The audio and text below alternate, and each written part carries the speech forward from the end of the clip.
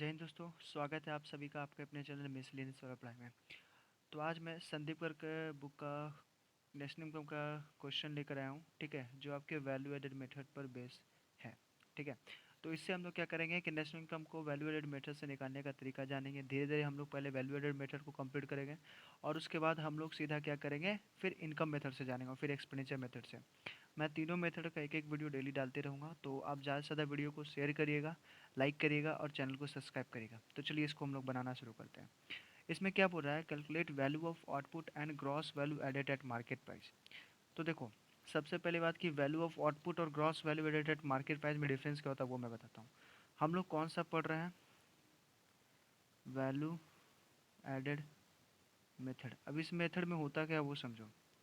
इसमें बोला क्या जाता है कि value added is equal to value value of output minus intermediate consumption, ठीक है। तो value of output minus intermediate consumption, ये आपका वैल्यू एडेड मेथड का फॉर्मूला होता है। लेकिन आपको एक चीज़ मालूम होना चाहिए कि वैल्यू एडेड मेथड को और हम लोग इसको gross value gross sorry gross value added at market price भी कहते हैं, ठीक है। Gross value added at market price भी कहते हैं। किसको, वैल्यू एडेड मेथड को ही। ये याद ध्यान में रखना है कि gross value added at market price हम लोग किसको कहते हैं, तो वैल्यू एडेड मेथड को, ठीक है। चलिए, तो अब समझिएगा इसके बाद। तो वैल्यू ऑफ आउटपुट जो है इसका फॉर्मूला क्या होता है पहले वो समझो ध्यान से। तो मैं इसका एक सिंबल ले लेता हूँ। इसमें सिंबल दिया हुआ नहीं है ऐसे। वेट थोड़ा। चलो मैं एक ये इमोजी से मैं बता रहा हूँ कि वैल्यू ऑफ आउटपुट का जो फॉर्मूला होता है वो क्या होता है वो ध्यान से समझना। ये वैल्यू ऑफ,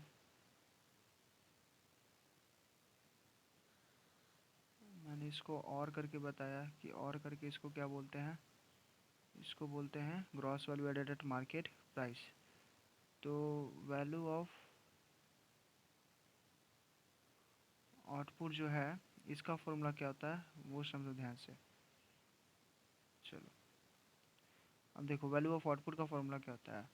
इसका होता है चेंज इन स्टॉक प्लस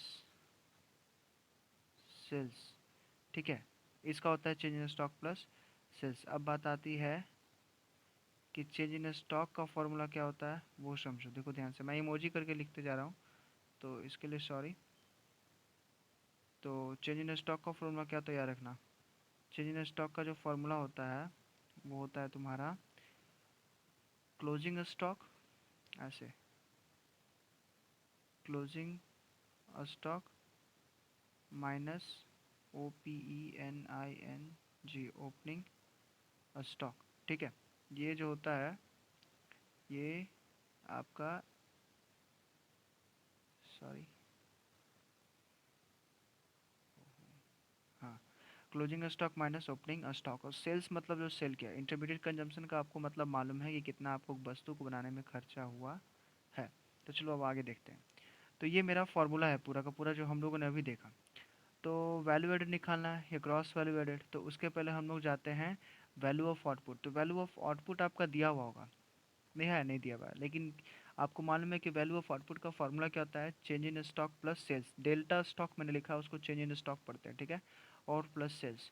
तो चेंजिंग स्टॉक का फॉर्मूला क्या होता है, closing stock minus opening stock. अब देखो यहाँ पर क्लोजिंग स्टॉक का क्या फॉर्मूला, क्या कितना दिया हुआ है, 800 माइनस ओपनिंग स्टॉक, ध्यान से, 800 माइनस ओपनिंग स्टॉक कितना दिया हुआ है, 1000, ओह सॉरी, 1000, ठीक है।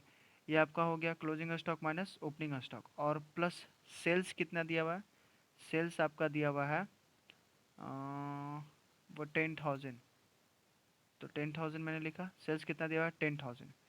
और इंटरमीडिएट कंजम्पशन दिया हुआ है, तो इंटरमीडिएट कंजम्पशन आपका नहीं दिया, लेकिन इसके जगह पे देखो इसी को सेकेंड लाइन में लिखा है अदर लैंग्वेज में, परचेज ऑफ रॉ मटेरियल कितना है 200, तो माइनस क्या कर दो 200, ठीक है।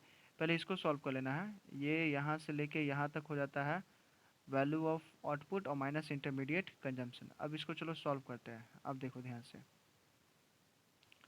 तो ये कितना हो जाएगा आप खुद सोचो।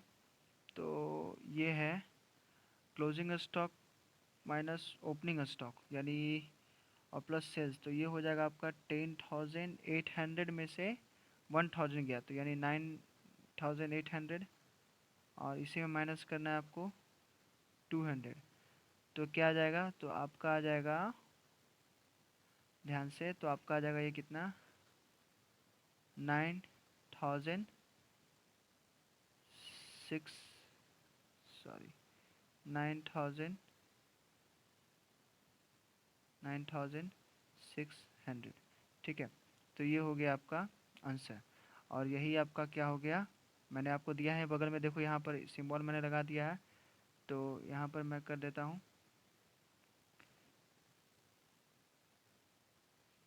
इक्वल 96,000 आंसर, ठीक है। तो 9600 आंसर, तो देखो, तो वैल्यू ऑफ आउटपुट आपका कितना निकला है, तो वैल्यू ऑफ आउटपुट आपको मालूम है ना, ये क्या हुआ, ये हुआ आपका, देखो मैं ब्रैकेट में लिख देता हूँ, ये हुआ आपका क्या, gross value added, gross value added at market price, ठीक है, gross value added market price. और ये जो आपका 9800 है, यही आपका हुआ क्या वैल्यू ऑफ आउटपुट, क्योंकि ये तो 200 माइनस इंटरमीडिएट कंजम्पशन है, लेकिन ये आपका क्या वैल्यू ऑफ आउटपुट। तो होप सो ये वीडियो आपको समझ में आएगा, ज़्यादा से ज़्यादा शेयर करना। आज के लिए इतना ही, थैंक यू।